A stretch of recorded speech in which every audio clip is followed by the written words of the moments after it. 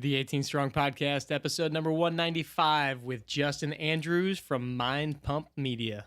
I don't think that people really approach, their programming and workouts to build overall strength. A lot of times with athletes, they can get too specific to try and make it really sports specific. So it emulates a lot of the movement to where they haven't really strengthened their kinetic chain, their entire body, and built that communication process.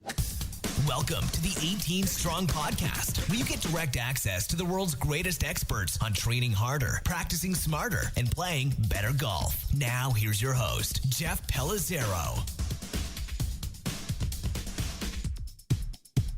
Yo, what's up, guys? Welcome to 18 Strong, the 18 Strong Podcast, where this week I have a very special treat. And it was a treat for me to do this interview because we have on Justin Andrews, who is one of three hosts for the Mind Pump podcast. And Mind Pump is an online media platform. They especially have a huge YouTube presence, and their podcast gets probably hundreds of thousands of downloads a month. I didn't even get a chance to ask Justin while he was on the show, but it's been described as kind of Howard Stern meets fitness, which I don't know if I totally go along with that because I was never a huge Howard Stern fan, and I definitely enjoy the banter that these guys have on their show. And it's sometimes raw, it's sometimes shocking, but their shows are always very entertaining and very informative. The mission at Mind Pump is basically to shed light on the truth of health, fitness, and a host of other topics, so you personally can cut through all the BS and experience the absolute fastest way to reach your health and fitness goals. And to me, that sounds a lot like what we're trying to do here at 18 Strong. So it was cool to be able to talk to Justin about the way that they've gone and built this huge tribe of followers and a great community of like-minded people. So Justin's background is in the personal training and fitness industry. He's worked with a lot of athletes, and he has an incredible passion to disrupt the current personal training industry and create groundbreaking programs and tools so fitness professionals like you guys listening, I know there's a lot of fitness professionals out there, as well as clients and those of you listening that don't really have any kind of training background, that you can all benefit from. So in this interview, I got to kind of ask Justin about, the origin story, how Mind Pump started and how it really exploded over the last several years. And then we dive into, his expertise, which is programming, especially working with the athletic population. So we talked about, what would he do with the golfers? What does he see? What mistakes are golfers making in their programming? Especially, the guys that don't have backgrounds in any kind of training, but they want to go to the gym. They're comfortable in the gym, but they maybe aren't on the proper program. So what are the things that he would recommend there? And then we discuss a topic that the term of it I first heard on the Mind Pump podcast, and that's priming. And priming is really getting your body ready for the activity that you're going to do. So it's perfect for getting ready for your workout, but also especially perfect before a round of golf. And we kind of differentiate what's the difference between priming and simply warming up. So Justin goes into detail on that. And they've even got a great product that we talk about called Maps Prime that we discuss in there. And then another topic that was very interesting for me and to hear Justin talk about was also kind of the information overload piece. I know that you guys listening to our show, we have a lot of great guests on, a lot of very intelligent people, a lot of smart people that are doing great things in the world of fitness or golf. And sometimes it can be a little bit overwhelming hearing all of that information and kind of realizing, oh man, I have so much to learn. Well, as a podcast host or a host of a media platform where you're talking to these people on a regular basis, and I experience this myself, it can also be very daunting to be talking to these individuals who are so smart and know so much. And, it really, you have to figure out a way to take in the information, process what you're going to use, what you're not going to use, what works for your mentality and your methods, and what you're going to kind of disregard. So we talk about Justin and how he does that, and how the guys at Mind Pump really kind of go through that process very intentionally. And then lastly, I just really enjoyed hearing some of the experiences, some of the challenges, and really some of the surprises that these guys have had on the way as they've gone from, just three guys creating a podcast to really almost a cult following where they've got somebody tattooing their logo on their arm or wherever it was, and they're doing live meet and greets. They've got tons of swag and shirts and hats and stuff like that they're selling. So it's really been kind of a cool roller coaster ride for these guys, which Justin goes into detail with. So it was really great to be able to talk to him and get their background. You know, anytime you can talk to somebody that you listen to personally on a regular basis, it was really kind of neat for me as well. Before we jump into our interview, I do want to give a quick shout out to all of those people that are going through our 8-week online program, the Golf Body Blueprint. We've had hundreds of people going through this program, and we have had tons of people writing back in with some of their success stories. So I just wanted to read a little testimonial that we got recently from David. David said, at the beginning of the year during a fitting session with a TrackMan, I had a driver speed of 96 miles an hour. I'm clearly moving the club faster now. A year ago, I was shooting in the mid to low 90s, and I'm now close to breaking 80. Such a huge transition. David, congrats on going through the program, getting in much better golf shape to play better, feel better, and even look better. Any of you that have not yet either gotten on the Golf Body Blueprint or you're looking for some sort of a plan to help you figure out this whole game, to help you get in better shape so you can play better golf, I recommend not only going to check out the Golf Body Blueprint, but maybe a step before that would be to go through our video series, which we call Get Off the Golf Fitness Roller Coaster. And it's a 4-part video that walks you through kind of the basic premise of everything that I think about when I'm creating a program for myself, for my clients, for golfers, what you need to know to literally move better, move on a more consistent basis, and really the big bullets that you need to hit in your program. Now, at the end of the 4-video series, you will be directed to the Golf Body Blueprint, and you'll actually get a discount deal at the end of that 4-part series. So you can watch the videos, you can kind of learn the process. You're going to get a ton of information and hopefully a lot of questions answered through that video series. And then if you're ready for the Golf Body Blueprint, it's a perfect time to get it. You'll get a discount on it. So again, go check that out. You can either go get the Golf Body Blueprint at golfbodyblueprint.com, or if you want to go check out the Golf Fitness Roller Coaster, just go to 18strong.com/roller coaster, and it'll take you right there. Put your email address in, and it'll start you on the videos right away. All right, let's get into our interview with Mind Pump's Justin Andrews. I'd love to hear from you just the whole start of Mind Pump. You know, what's the origin story? What brought you guys together? Were you guys buddies beforehand? How did the whole thing begin? Yeah, it's kind of strange to think about it because I feel like I've known Sal and Adam forever and Doug, and it literally was the first time I've even met Sal or Doug when we started our very first podcast. So Adam I knew prior, actually worked for him when I came back from Chicago, and I was looking for a job, and basically had taken a job at 24 Hour Fitness, and then I worked underneath him for maybe 3 or 4 years and went on to do my own thing and create my own career, and reconnected with him. And at the time he was doing the very first cannabis club here in San Jose, and I just knew that he was so passionate about fitness, and he had such a skill set in that industry. And I kept kind of digging at him hey, when are you going to come back, to my side of things? And we just started to kind of talk again, and we started to meet. And I was training people on my own, and my whole focus was to basically train as little a time as I could, put as much value and quality into those few people that I had as I could, and at the same time really explore being creative and trying to create kind of passive income for myself.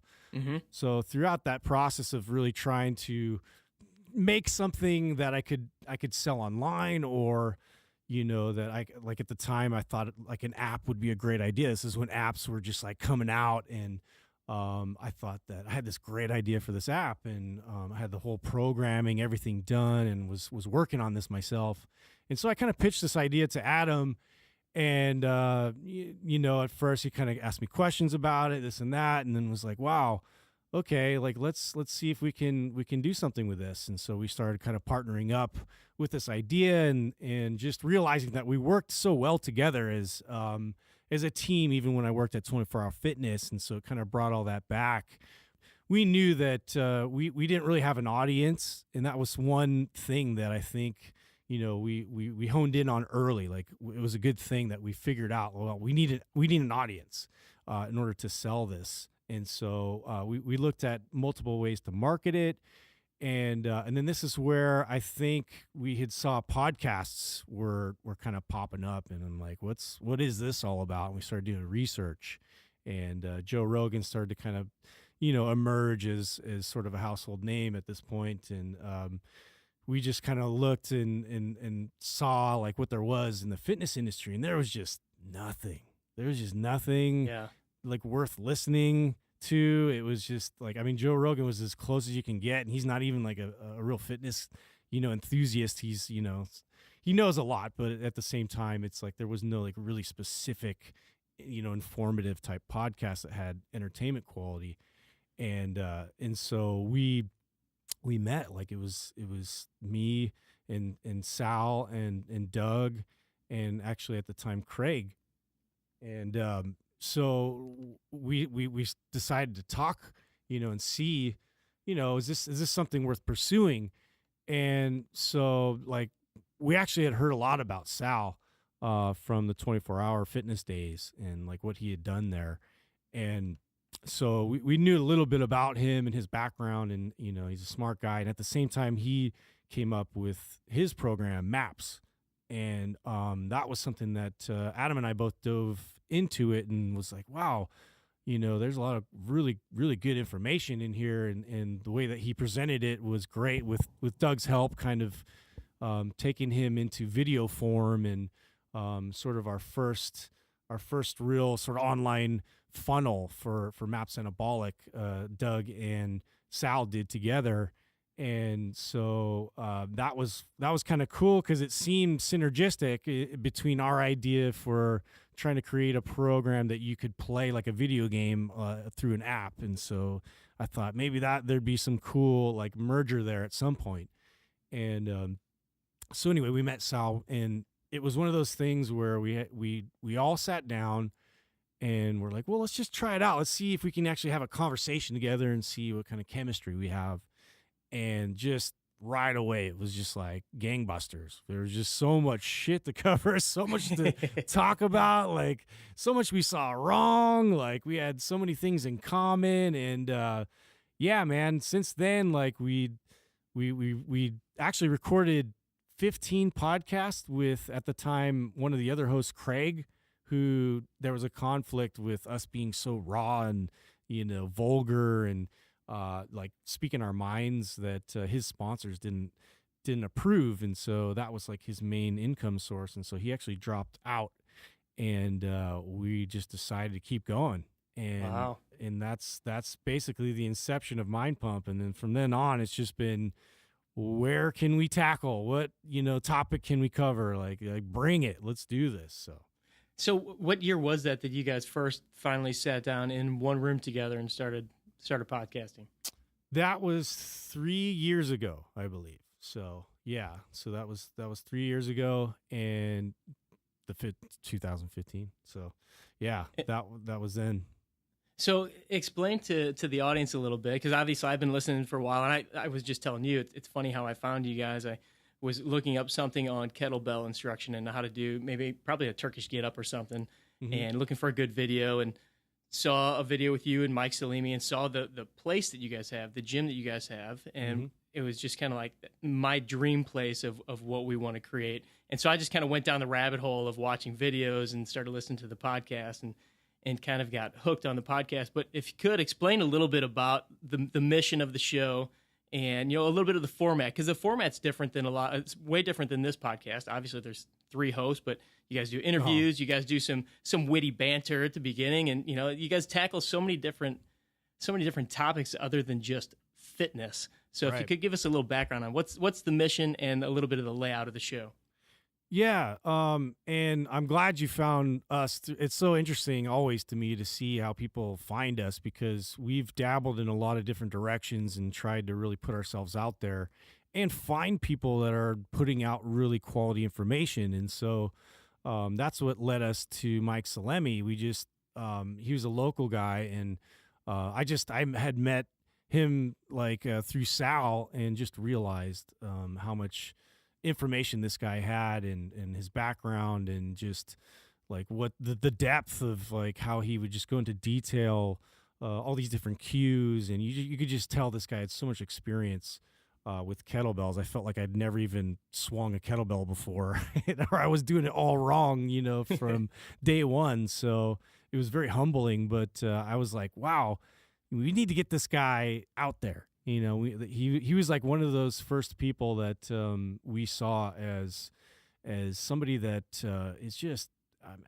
Everybody needs to know his name. They need to know what he's doing and the kind of content he's putting out. Dr. Brink was another one of these guys who we just saw that had a really, really solid mentality towards the way that he was applying chiropractic and movement and like his entire thought process and focus in that industry we just loved, and so we wanted to somehow work with them. And so this became sort of a thing that we realized that we wanted to act as mavens and really present people that are in the industry or a related industry that we think are doing it well, that aren't necessarily super popular, or maybe they are popular but not to like your everyday type of a person. And so then we started to kind of figure out, like, yes, we do have a lot of fitness specific and nutrition specific knowledge, like between the three of us. Like each one of us, we've had 12 to 14 15 years experience as personal trainers, as like performance coaches, and also with nutrition, and Sal, actually, he has more of a background in like holistic, wellness, and Adam like went through that entire process of getting on stage and competing as, a physique athlete. And so he has a whole, unique perspective as far as what it takes to, build your body to that level, and the nutrition and, training that's involved with that. And me more on the athletic side of things, and the movement practice and pain relief and mobility and that type of stuff was really more of my focus and passion, as well as training like elite executives and busy professionals. So, yeah, I mean, just looking at the platform that you guys are building, it's really cool to see, because it's almost exactly what we're trying to do kind of here at 18 Strong, with all these just different people that you see doing amazing things. And I think that's probably why I kind of latched on to you guys. And it's Right. funny because I got your MAPS Prime program, and as I'm kind of going through it, and I've heard you guys talk about Dr. Brink many times on the show, and I pop it open, I'm watching, and I'm like, wait a second, I met Dr. Brink here in St. Louis at a DNS for golf course. And No way. I was like, yeah. And so I was like, I knew that name sounded familiar. So, and I don't, I just met him briefly, but then recognized his face. And it was cool to see that you guys are integrating with professionals like that. And, I think another thing about the show that's neat is the dynamic between you guys, and everybody's got their different specialties, and, right. and you all That's where I bring was different going. things to the table. Yeah. I mean, you got Sal, who is that guy just immensely smart. I mean, it just seems like I always try and sort of downplay it, but yeah, he really is. He's a brilliant guy. He can remember things that I have no idea how he does it. And I don't know if this is a photographic memory. It's just very specifically directed at certain things that interest him. But yeah, he can retain information and articulate it back. And he's got just a very good way of communicating, that I've ever heard. And Adam too they're both very gifted at communicating and being able to present information. So, that was a pretty cool dynamic to kind of come into. And then, I try and add in a little bit more humor and a little bit more, entertainment factor to it as well, to kind of keep the show moving forward and have kind of a fun feel to it. So yeah, that's kind of our vibe. It's informative, but also like I look at it like when I'm in class, and if I'm really engaged with the subject matter, um, there's a certain flow to that, and usually it derives around the passion behind it, but also like me. Like when I used to be a student, I would pick up on that a lot, and that's when I would start making wisecracks or jokes or things to kind of lighten the mood, because everybody, you could just see it visibly in their face, like, oh, like this is boring. And I don't know, like I've sort of taken it upon myself to kind of turn that into a profession, I guess. So yeah, that's a lot of that's my role, and then also to kind of steer them a little more towards performance topics and more movement practices and things that are in that realm, and that sort of subject matter. So yeah, I mean, it's a really unique format, and we've put out like 800 something episodes, and at this point it's like we've talked to death about fitness and nutrition. And I mean, it's great because I can always kind of refer back to a lot of topics that we have covered like multiple times with people. But now the show has evolved, and we're actually trying to, tackle other issues that, I mean, health and wellness, it's much more than just nutrition and exercise. So we're trying to kind of explore, other avenues, whether that be, like current events and world issues and politics and like economics, and there's just a lot of things that we're kind of exploring right now to kind of see what we can discuss at this point. Yeah, I'd say that dynamic of the three of you really, really works well. And I find myself, and I'm not just saying this because you're on the show, but I find myself like just giggling at some of the things that you just interject, because a lot of it is like same sense of humor that I have, movie quotes, things like that you just kind of throw in the background. And I think sometimes people will either get it or not get it, but it's hilarious, and I love it. Awesome. But kind of tying into your background, it seems like you kind of specialize in a lot of the programming, the athletic stuff, movement practices, as you mentioned. Just to get a little bit technical here, not too technical, but just to talk a little bit about programming stuff, because one of the big things that you guys talk about is busting some of the myths that are out there and breaking down some of the misinformation, which is why I love having you on here. Yep. As far as programming, and maybe specifically for golfers, because I know that you've done some stuff with golfers as well. What are some of the things that you see people really making big mistakes on when it comes to maybe programming for themselves? Because we're talking mainly to golfers themselves here. We've got a lot of fitness professionals that are listening, but golfers themselves that are trying to go into the gym and do things on their own. What are some of the big mistakes that you see them making?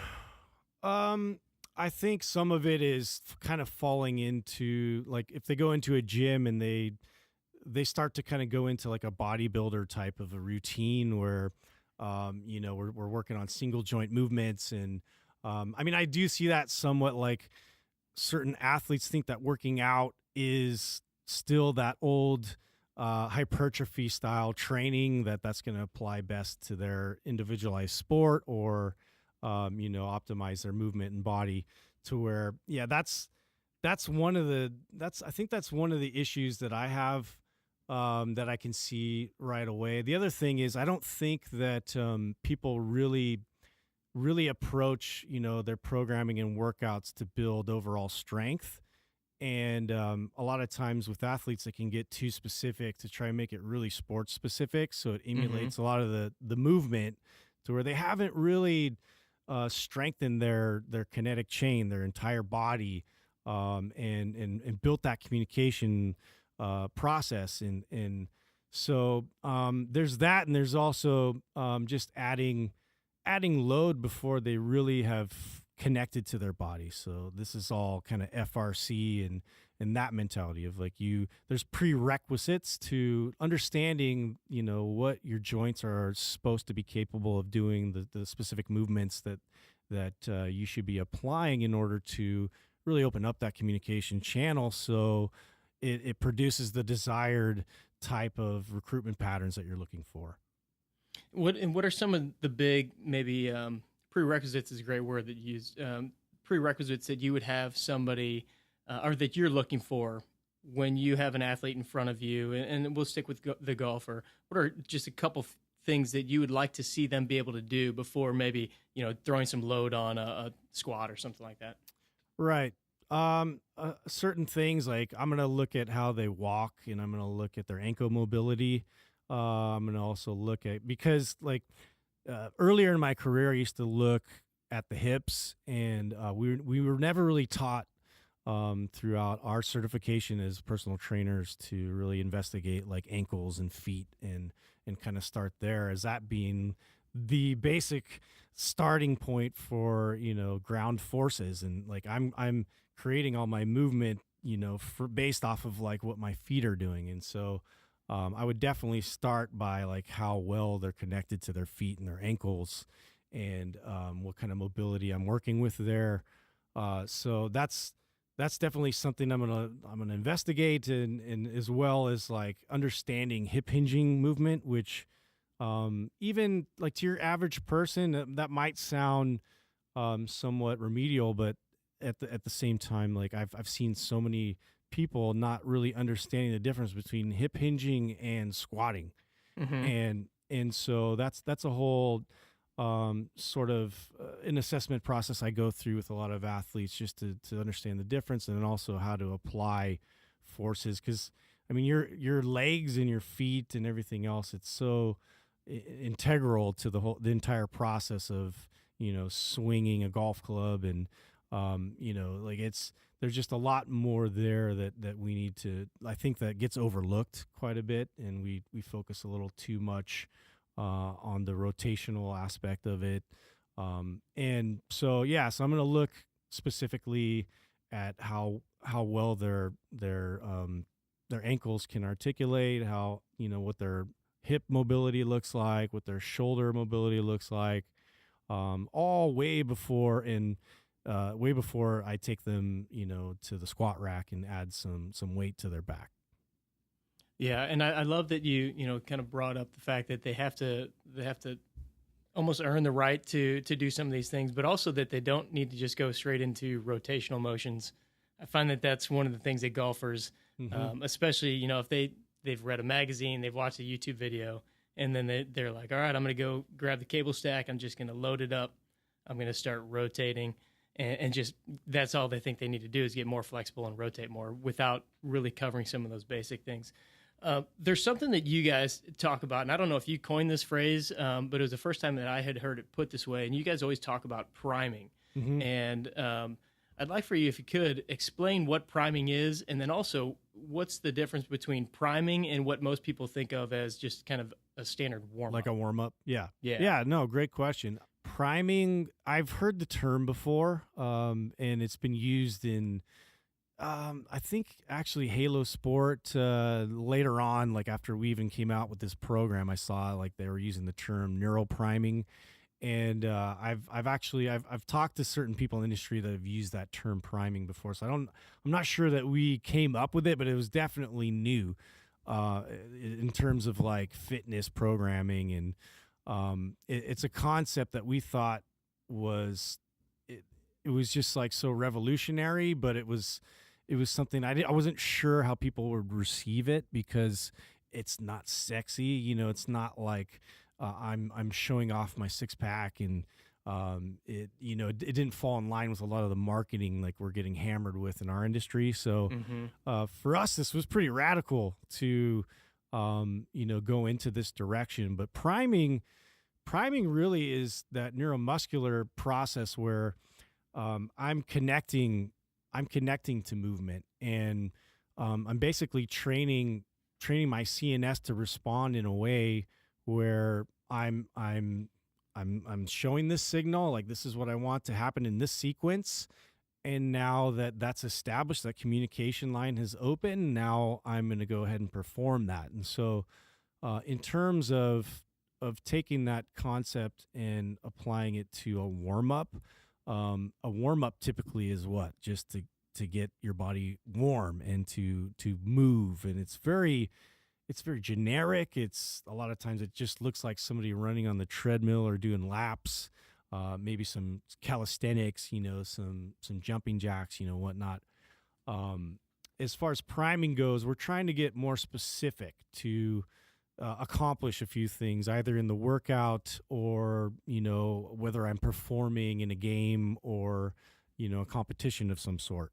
And so, and it can be used a lot of different ways. And really, like, a lot of this too came out of things out there like PNF and FRC, where I'm doing isometric contraction, but I'm amping up that signal, and I'm directing that signal. So, in terms of an example, let's say that I'm going to bench press for the day, and I want to prime ahead of time, to be able to retract my shoulders better.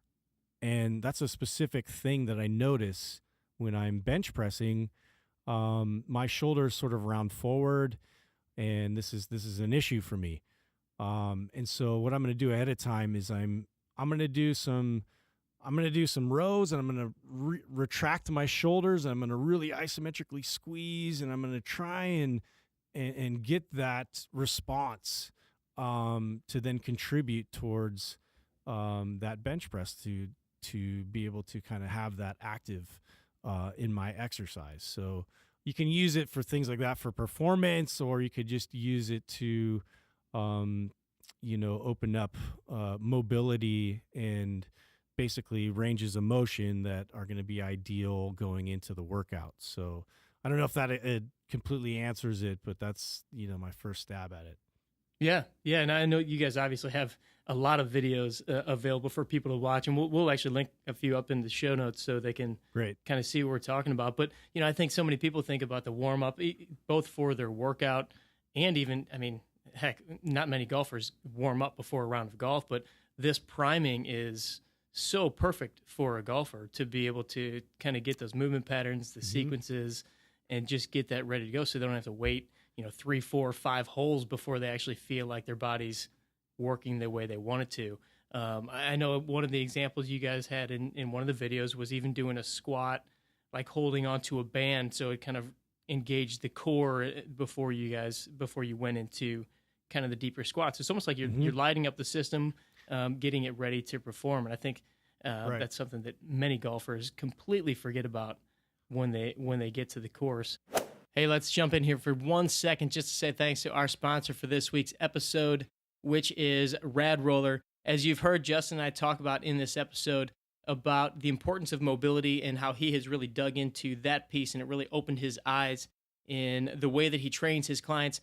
Rad Roller creates some of the greatest soft tissue and myofascial products out on the market to do exactly this, to help your tissue move better so you can then enhance the mobility that you're working on, whatever strength training and program you're on. The Rad Roller products are going to help you move better. It's going to help you release some of those knots that you have and just break up some of those tight areas for you. They have a whole suite of products, all different shapes, different sizes, to hit all different areas and different parts of the body. And they've even got convenient packs where you can buy bundles of the different products. So go over to radroller.com, check out all of the different products that they have, see which one's going to fit your needs. They all travel very easily. You can take them with you, whether you're on a golf trip like I was just on a couple weeks ago and brought a few of the products with me, or whether you travel for business and you're using them in your hotel room. Whatever it is, Rad Roller's got you covered. So go to radroller.com and be sure that you use the code 18STRONG to get your discount. All right, back to Justin. I'm curious, given the fact that you guys have had so many people on the show, you've had so many, some major guests in the world of fitness, nutrition.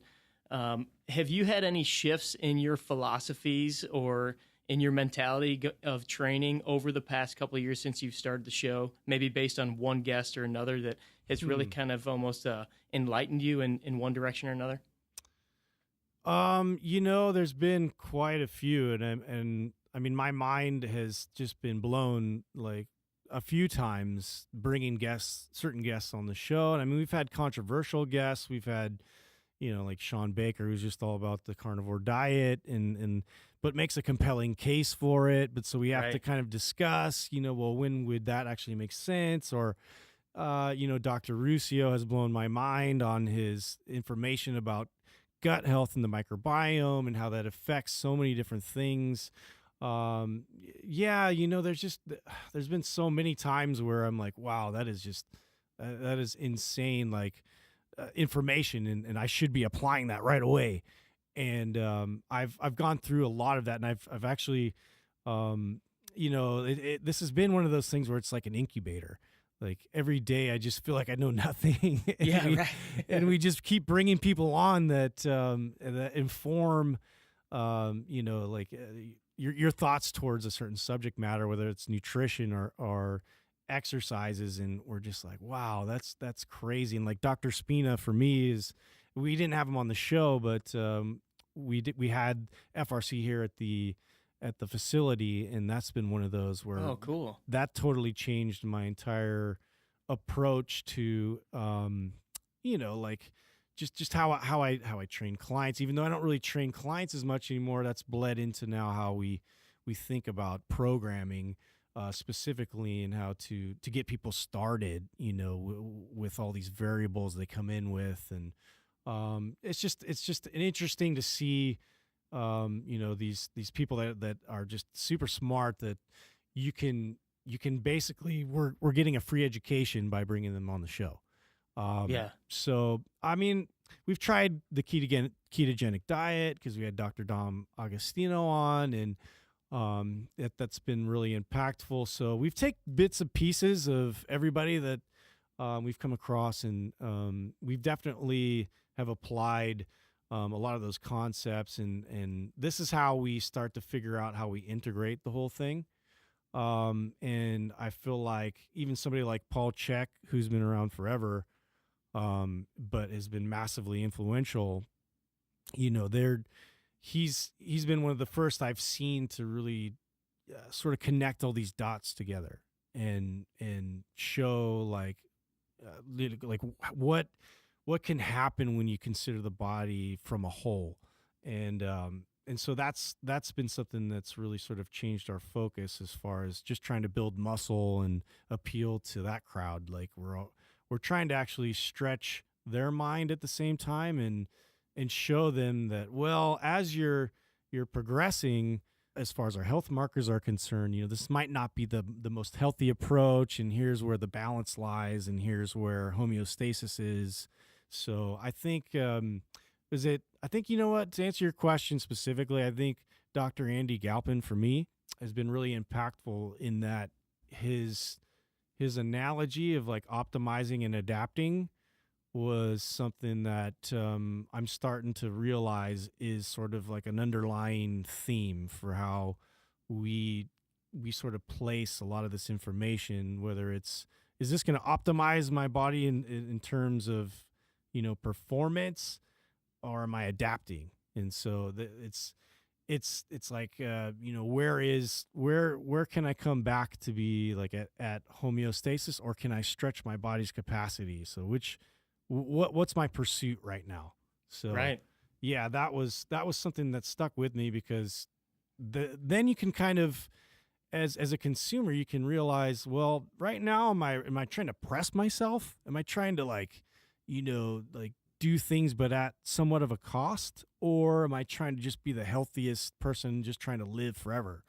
And what does that look like, and what's the difference? So honestly, that's about as good as I can do. I've learned from so many people on the show. So those were some of the main things that I've definitely I've thought quite a bit about, and how that affects me.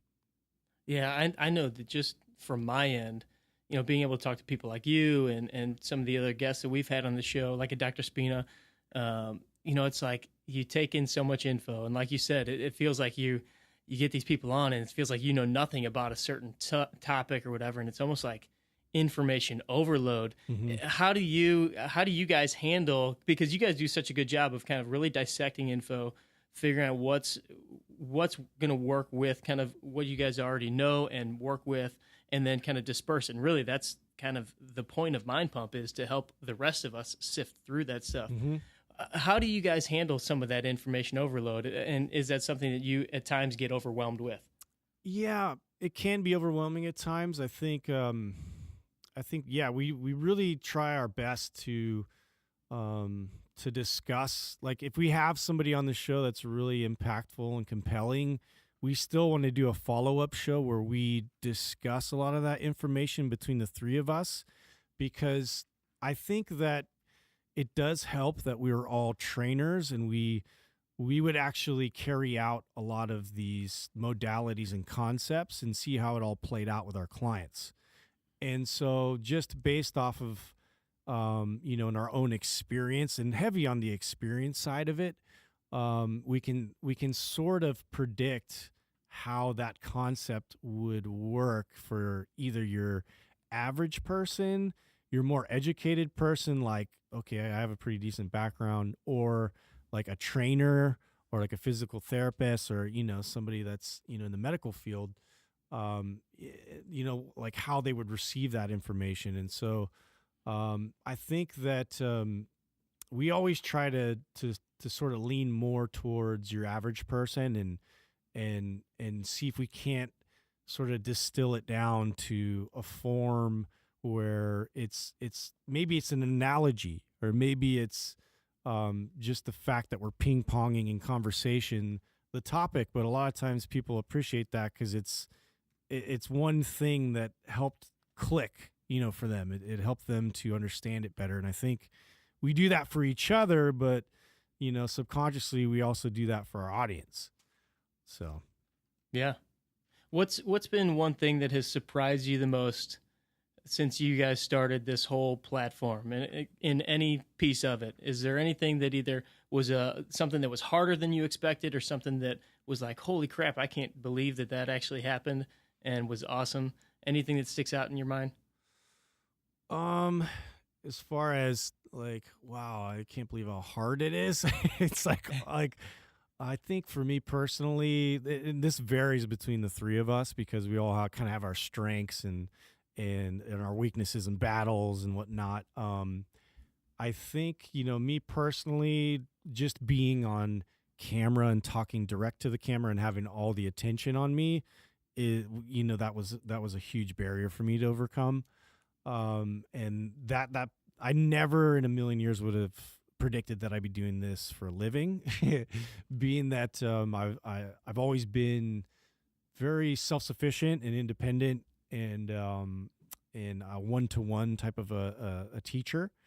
So to now do this, on a bigger scale was very intimidating. But being around these guys, because it's come so naturally for them, it's contagious. So it's definitely helped in my growth personally, and I think for them as well. Like they've had things, like even for Sal, I know he, as far as the live appearances like we've done, has been something that's a little more nerve-wracking for him, but just going through that, like he's, just having us there with him definitely helps as well. So I think that just this entire process has been outside of our comfort zone. But I think to be specific about what's been the most hard is the marketing piece, and that being having integrity.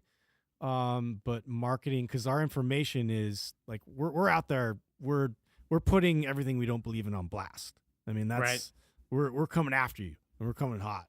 But now turn that eye on us, and to be able to get the type of views and the type of clicks, and just to be able to market it and have people buy products from us, what does that look like? Because Yeah. the old formula is the only one that really still works, and that's to capture attention and to get people to click based off of, like, looking at a six pack, or like some of the old tricks still apply, and like, where do we draw the line? That's been a really tough place for us, because I feel like a lot of our messages, I mean, it's very pure in as far as like our intent, and like what we're trying to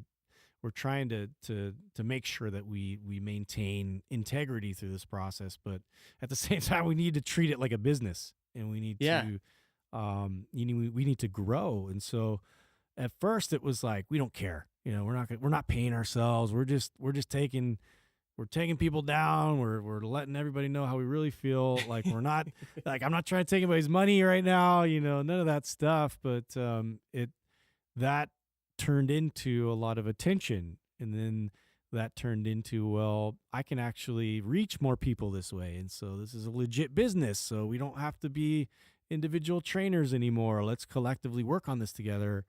And so, yeah, man, it's just the business end of it, marketing ourselves, and not showing like before and after pictures, and like sitting on top of a Bentley and holding a protein shaker, like we're not going to do that kind of shit. And it kind of bites us in the ass, because that's what would get us a lot of views. So yeah, it's been tough.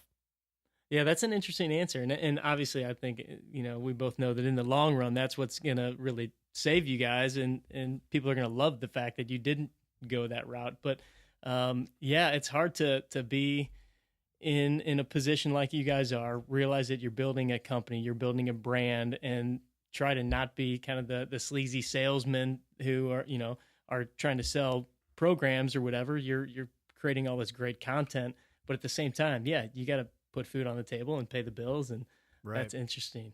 And you guys have a huge following of, people all over the world, really, with podcasting and YouTube. You can reach everybody. What's one of the best things that you think you guys have done to really kind of capture and build that tribe of people? The single best thing we did was create a forum. And this was just basically a way for us to dive a little bit deeper from the podcast, but also like, because people use social media a lot for this, and that's great too. But this is a more organized approach where, and it was just using the Facebook's free forum, and then we turned that into an actual side of the business that became quite crucial, because just having like those first adopters into your podcast is, it's so crucial for you to connect to those people on a really, deep level, because they're going to give you really honest feedback, and they're going to give you basically direction, either, straight up direction or inadvertently, like, oh, wow, we should probably, focus more on this on the show, or we should create a program that fits this need, or whatever. It's just like, it was a way for us to really understand that audience is like on the ride with us the entire time. Like, we consider you, and we tried our best to communicate, even on our personal Instagrams, or also like the podcast Instagram, and Facebook and the forum. Like, these are all just more ways to then have them interact with each other. Like, it's so crazy, but they got along because it's like like-minded people. Like, we're all trying to kind of get a better understanding of what's real, what's not real, like where to put our focuses to be more efficient, to be more effective. What's the latest studies that have come out? It's awesome to see, how like-minded people really consider each other and help each other out. And they've even started their own meetups, and like have done like camping trips. They got something scheduled for that. No way. Yeah, and it's so rad, because those people have built relationships, they met each other through our forum. So it's just a really powerful thing that we didn't even really think was going to be a vital part of our business. And we like, literally, like I said, like, we've created programs based off of needs and what people are currently into. Like, we didn't do any advertising or anything on our podcast for a whole year, and then we started introducing potential sponsors we thought would be a good fit for our audience, and companies we thought had integrity and like followed our values. And so we'd always run them by the forum first. Yeah. And have them nice. have them give us their opinions or feedback, sometimes we listen to them for the most part, but sometimes, we listen to critiques, but we also too, we drive in the direction we're going to go. But, yeah, man, that was probably the most powerful thing we could have done. And, that's just branched off into now, where can we create more of this type of a feel? And we had our first taste of that when we did some live events where we could actually physically meet with people that have had an impact from the show in some fashion, and just give us their story and ask us really personal questions. And it's been a really cool thing, man. It's been a cool experience. That's awesome. Has anybody come up to you and showed you a mind pump tattoo yet? There's been one, dude. Yes. That's like the ultimate. It's like Harley Davidson. If somebody has your tattoo on them, right? You've made it. Yeah. Yeah. It's so funny because this guy, he had a Mad Mike tattoo. I think it was on his forearm or his leg. And I was just, that totally was a moment I was tripping out. I'm like, oh man, he put that on his body. Forever. It's like, yes, dude, punk rock, like awesome. It's so funny because the guys give me like grief all the time because I was in a band at one point. I was like in a band for a couple of years in college, and I so wanted to make it. I wanted to have like, I wanted to be signed by a record label. I wanted to tour and have merch and all that kind of stuff. And it's like, now we're touring, we got some merch and, somebody got a tattoo and it's for like a podcast. You're like, what? So how did crazy. this happen, But it's cool. Like it's more me than me playing an instrument. So yeah, I guess I'll take it. But yeah, it's weird, man. There's a lot of parallels between what we're doing and, when I was trying to do a band. So pretty funny. That's awesome. I've got so many questions I could ask you guys about just, all of that stuff, the merch, the building your brand, everything. We'll have to save that for another conversation. Totally. All right. I know you're kind of an old school movie fan. I got to ask you some of our last parting questions here as we wrap it up, Justin. Let's do this. And I assume you've seen both of these movies. So are you more of a Caddyshack or Happy Gilmore fan? Oh yeah, two classics. I got to go Caddyshack, dude. I'm a huge Bill Murray fan. If I haven't said that yet, I'm definitely he's like the ultimate for me. Like if I could meet him, I think he's up there between him and George Lucas, J.J. Abrams. Those three. If I met them in person, I would be like, I'm done. I'm good. Well, this leads right into our next question probably, but if you could play 18 holes of golf with anyone in the world, past or present, who would it be and where would you play? Yeah, I mean it's hard to beat Bill Murray at Pebble Beach, so I would say to him, or I thought it'd be kind of funny to maybe like John Daly, just for a good throwback, and Oh yeah, just because I feel like that guy can party, and he's all about the long ball, so he'd be kind of a fun one to ride around with and stuff. So yeah, I'm like I said before, this podcast started, I'm not like super competitive, barely even competitive with golf. I'm just there for good times. But yeah, so I would have to have somebody that was like, it looked like it would be a good time. I don't think it's possible to not have a good time on the course with John Daly. Right? I think who doesn't want to drink with John Daly and play 18 holes? I was playing at his course. It used to be his course in Branson, and the guy I was playing with told me he was there the day that they like had the ribbon cutting and opened it up, and John Daly went out and was golfing with his shirt off, drinking beers the entire time, no shoes, and he shot a 63 course record. That guy's an animal. He's an animal. I love it. All right. If you could pick a walk-up song to the first tee box, what's your walk-up song?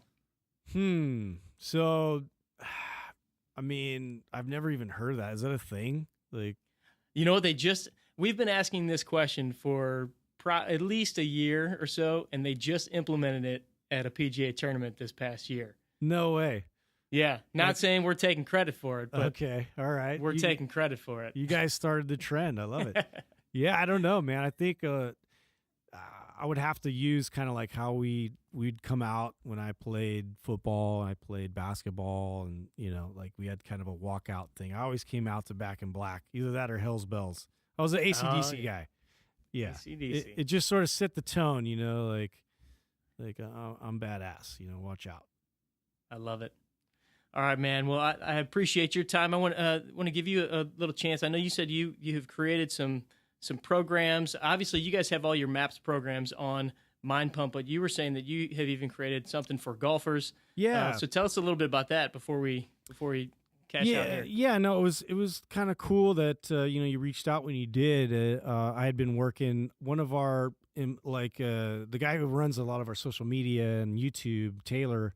He has this golf bug, and he's just been on one about it, and has been asking me all these questions. Well, what should I be doing in the gym? Like, how should I be doing my prime sessions and all these things to kind of optimize my game? And so he just kept talking to me about it quite a bit, and I was like, well, let me see if I can do like a series with that, or like build some content around that. And so I just actually came out with some content like specifically for that. So some good mobility practices, like specifically for golf. Also some good, core exercises and workouts in that direction, as well as, resistance training and how to build more strength with kind of golf in mind.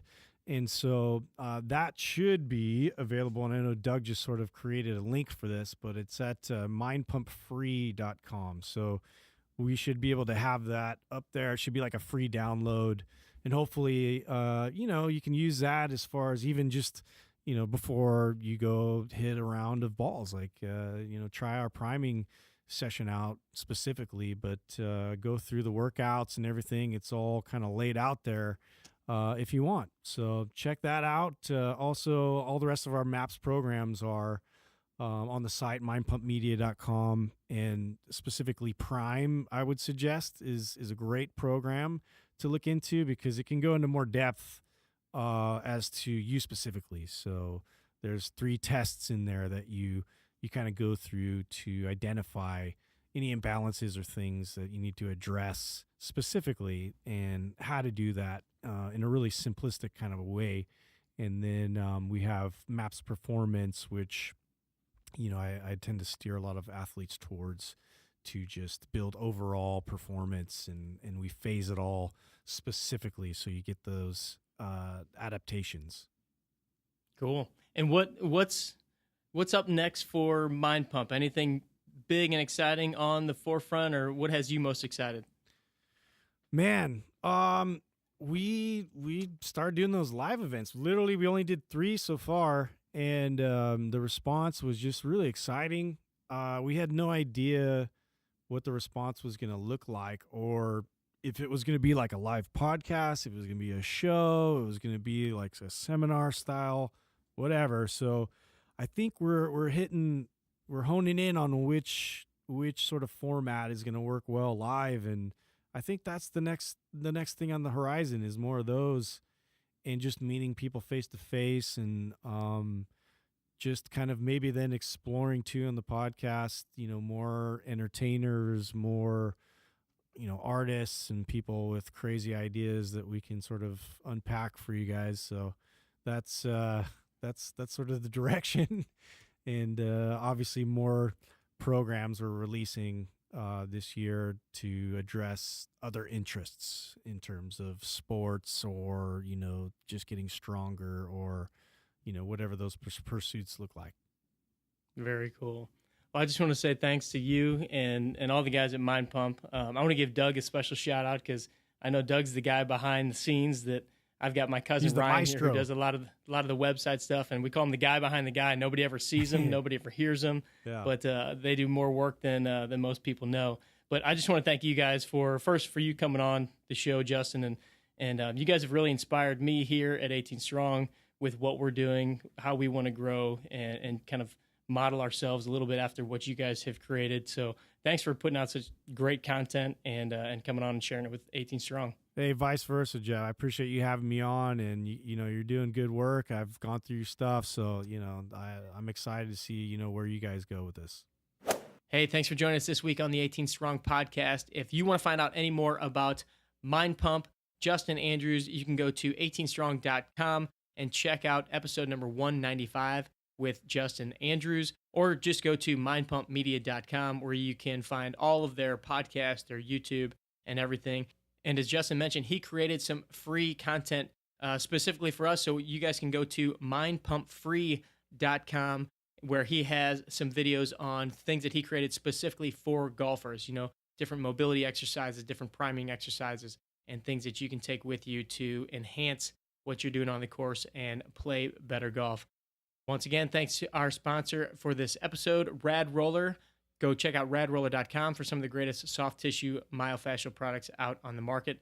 And if you're finally tired of not being at the fitness level that you want, not playing the level of golf that you want, I highly recommend that you go check out our video series, Get Off the Golf Fitness Roller Coaster, at 18strong.com/roller coaster. And if you like what you hear there, if you see, the concepts that we're talking about, hopefully you'll get a lot of information, a lot of questions answered. And if you like what you see there and you're ready to really move the needle, then check out the Golf Body Blueprint at the end of that 4-part video series, which will get you on track for an 8-week training program to get you in the best golf fitness shape you've ever been in.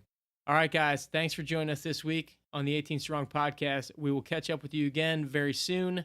Train hard, practice smart, and play better golf. Thanks for listening to the 18 Strong podcast at www.18strong.com. And remember, train hard, practice smart, and play better golf.